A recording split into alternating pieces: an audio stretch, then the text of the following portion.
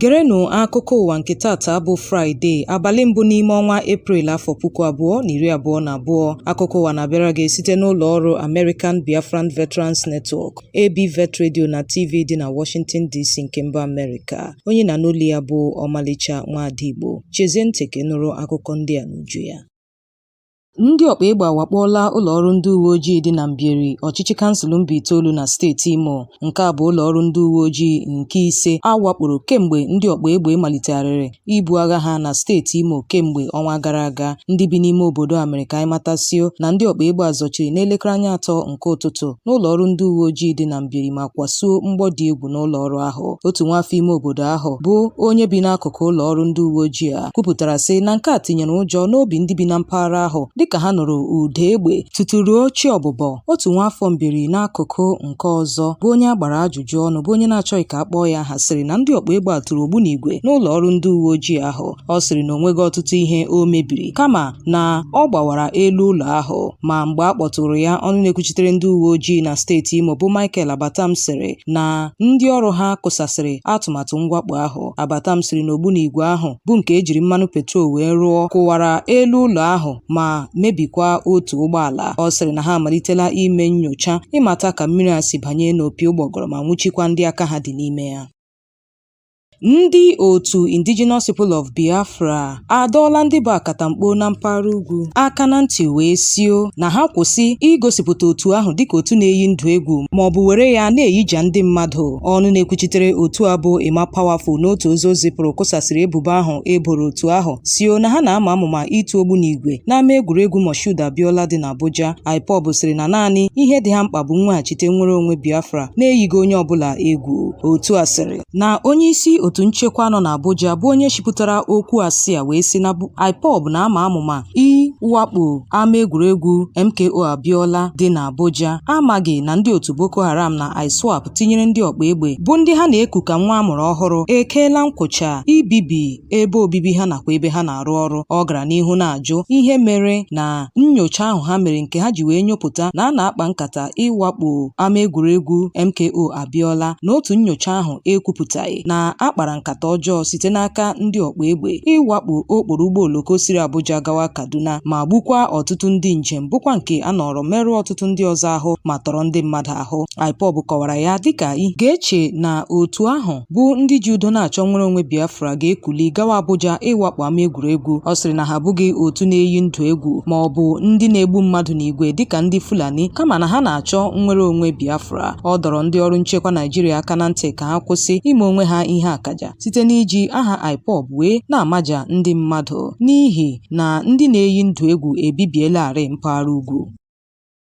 Mba United Kingdom enyena ụmụafọ ya ndị bi na Nigeria bụ ndị na-eme njem ka ha gbanarị ime njem na steeti 7 dị na mpaghara ugwu. Steeti ndị a bụ nke United Kingdom gụpụtara gụnyere Borno, Yobe, Adamawa, Gombe, Kaduna, Katsina nakwa Zamfara. Ụlọọrụ Commonwealth and Development Office nọrọ n'otu aka ahụ dọọ aka na ntị n'ozi ndụmọdụ bụkwa nke ha zipụrụ n'akara nzirịta ozi Twitter ha. Ọ kọwara steeti ndị a dịka ebe kasị ize ndụ bụ ebe nwere oke ibu agha na ntọmmadụ site n'aka otu ndị na-eyi ndụ egwu. Ụlọọrụ FCDO n'aha mkpuchi bekee gara n'ihu kwuo sị na enwere iyi egwu nke ndị otu Boko Haram ma ọ bụ Islamic State of West Africa ISWAP na steeti Yobe na Borno nakwa Adamawa. Ọ sịrị na oge iyi ndụ egwu na mpaghara ndị a tụmadị n'ọdụ ụgbọala, ụgbọ oloko tinyekwara ogige okpukperechi na ebe ọbụla enwere nnukwu ọgbakọ ga-arịkwu elu. Ọ gara n'ihu kwuo sị na nke a ga-arịkwu elu n'ọnwa Ọktoba mgbe a ga-abanye n'oge ọkọchị. Ọ sịrị na ọ bụrụ na nke a abịa na mmezu na ọ ga-abụ ihe nramahụ nye ndị bi na steeti ahụ isi n'ime ya wee gbapụ site n'okporo ụzọ. Ụlọọrụ a nyere ndụmọdụ megide ime njem n'ụdị ọbụla wezugakwa mgbe ọ dịkarịsịrị oke mkpa na a ga-eme ụdị njem dị otu ahụ tụmadị na steeti Bauchi, Kano, Jigawa, Niger, Sokoto nakwa 10 kilomita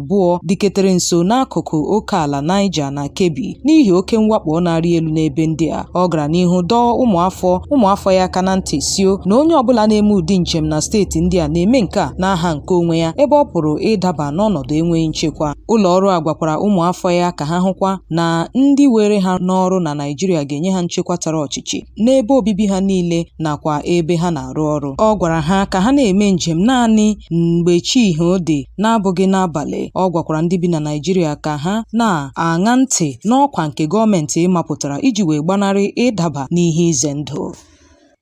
Enweela obi iko n'elu n'etiti ndị agha Naịjirịa dịka ndị ọkpa egbe gburu mmadụ 12 ndị agha n'otu ime obodo dịketere isi obodo Naịjirịa nso bụ Abuja. Ọtụtụ n'ime ha bụ ndị nwetara mmerụ ahụ bụ ndị a kpọrọ gawa n'ụlọ ọgwụ nke otu jikọtara ndị nwunye ndị agha rụrụ bụ nke dị n'Abuja, ebe ụfọdụ n'ime ha nọ n'ọnọdụ ọdịndụ ọnwụ ka mma ugbu a. Ndị agha bụ ndị si n'igwe ndị agha 102 Guard Battalion n'okpuru Guard Brigade nọrọ na mbụ buo agha megide ndị na-eyi ndụ egwu mgbe ha nwetara ozi sio na ndị ekperima bụ ndị ọnụọgụgụ ha dị aja ala zọchiri na mpaghara ahụ tupu chi ewere ehihie jiere ha. Ebelebe agbụrụnụ akụnye n'ụjọ n'obi ndị Guard Brigade nakwa ndị agha Naịjirịa dịka nke a tinyere ha n'ihe iru uju. Anyị nwetara akọwala sio na ọtụtụ ndị agbata obi ndị agha nwụrụ anwụ nọrọ na-azọchi n'ogbe obibi ndị agha wee na-eru uju maka ndị agbata obi ha nwụrụ anwụ. Nchọpụta emere gosiri na ndị agha nwetara ozi nnyocha tara ọchịchị bụ nke kọwara sio na narị pụrụ narị ndị ekperima zọchiri na mpaghara ahụ dịketere nso n'ụlọ ọrụ ha ịzọrọ isi onwe ha na Zuma Barracks n'okporo ụzọ awara awara siri Abuja gawa Kaduna. Onye ọchịagha ha kpọkọtara ndị agha n'ụgbọala 5 wee gawa na mpaghara ahụ. Ozi a gara n'ihu kọwasị na ndị ekperima bụ ndị ruru narị mmadụ 4 n'ọnụọgụgụ mgbe ha hụrụ ndị agha bịara kwasuo mgbọ dịka aka igwe ebe ndị agha zaghachiri ha, mana ka egbe a bịara rie elu mgbọ tụrụ ọtụtụ n'ime ha bụ ndị agha ma gbagbuo ha ebe ndị ọzọ nwetara mmerụ ahụ. Dịka ndị nke fọdụrụnụ bịara chọpụta na ikikere ndị ekperima akarịala nke ha ebe ihe aka ilu na-ada abụzi ka o si atọ dịka ha biwere aka n'ala rie mbọmbọ. Ozi a kọwara sio na egbukwara ọtụtụ ndị ọkpa egbe n'otu aka ahụ. Otu onye agha bụ onye na-achọghị ka akpọọ ya hasịrị na ndị ekperima jiri ọgba tum tum zọchie na mpaghara obodo ahụ mgbe ndị nwe obodo kpọtụrụ ha. Ka o sila dị, otu onye agha bụ Brigade S. Musa ka ekwupụtara sio na o riri mbọmbọ ma gbahapụ ndị otu ya n'oke ọhịa mgbe ọ hụrụ na o rejiela. Otu onye agha ọkwa ya dị elu bụ onye kwupụtara nke a dịka eziokwu sịrị na nwa amadi ahụ ga-enweta ntaramahụhụ kwesịrị ya ọ bụrụ ma ndị isi ha nwụchie ya. Ka o sila dị, ụlọ ọrụ Defense Intelligence Agency sịrị na ha nyopụrụ ụlọ mkpuke nakwa ngwaọrụ nke ndị ekperima na-eji akpa arụ ha n'oke ọhịa dị n'okporo ụzọ awara awara siri Abuja gawa Kaduna. Ọ sịrị na ụlọ mkpuke ndị a bụ nke dị na Rigana, Katari nakwa Kasarami bụ ebe ha na-esi eme mwakpo ha nye ndị na-eme njem n'okporo ụzọ. Igbo bụ Igbo ndị ọma, chete nke ọma na akụkọ a na-abịara gị site n'ụlọ ọrụ American Biafran Veterans Network ABVet Radio na TV dị na Washington DC nke mba Amerịka. Igbo onye rụrụ ọrụ n'otu ndị agha, ị nọ n'otu ndị agha ugbu a na-arụ ọrụ na mba Amerịka nakwa na mba ndị ọzọ gbaa gburugburu. ABVet na-akpọ gị ka ị bịa sonyere otu ahụ. Naanị nyopuo ha n'akara nwudide www.abvet.org maọbụ na WhatsApp 202-250-0001. Onye na n'olu ya bụ Omalicha Nwada Igbo. Chezie ntị ka nụrụ akụkọ ndị fọdụrụnụ.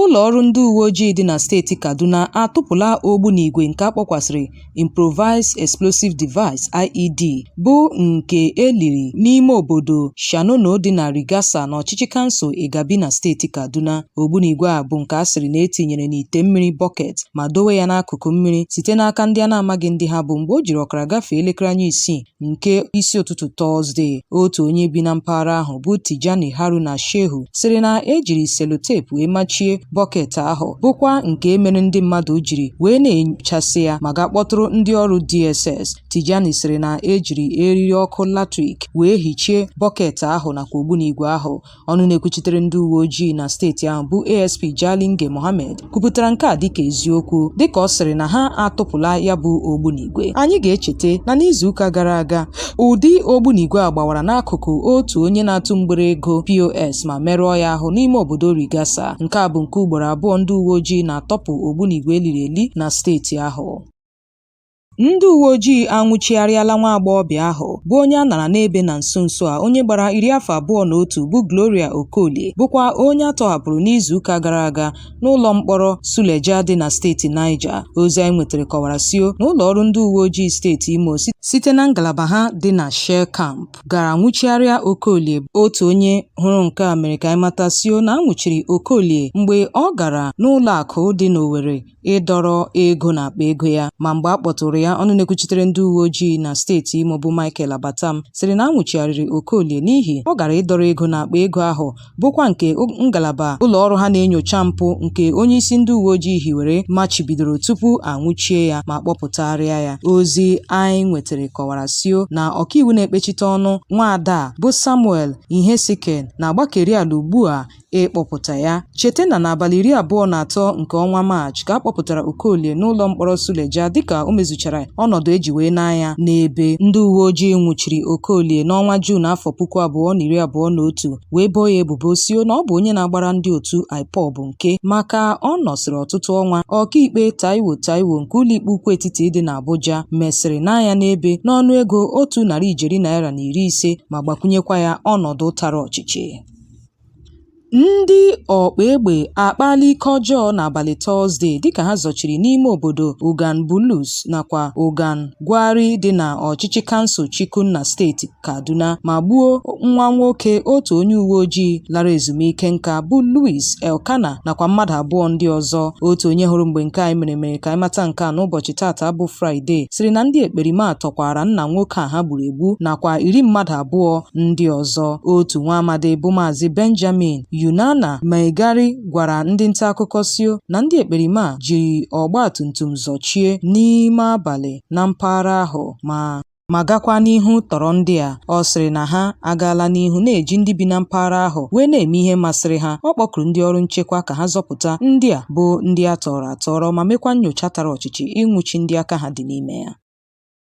Igbo bụ Igbo ndị ọma, a sị na nwanja ga-agba ọbara nga ọha, ya mere n'ebe a ka anyị ga-achịkọta ya bụ akụkọ ụwa nke tata. Cheta nke ọma na ọ bịara gị site n'ụlọ ọrụ American Biafran Veterans Network ABVet Radio na TV dị na Washington DC nke mba Amerịka. Anyị ga-enyefe unu ugbu a n'aka Chief Obidike bụ onye nọ na BTV News dị na Washington, onye ga-akọrọ gị akụkọ ụwa n'asụsụ Bekee ma mesịa wetara gị ihe omume nke akpọrọ Let's Talk About It with Chifo, onye nụrụ olu ya bụ Omalicha Nwada Igbo. Ụbọchị nta ka anyị chụọ n'Owerre nchi ga-emesịanụ.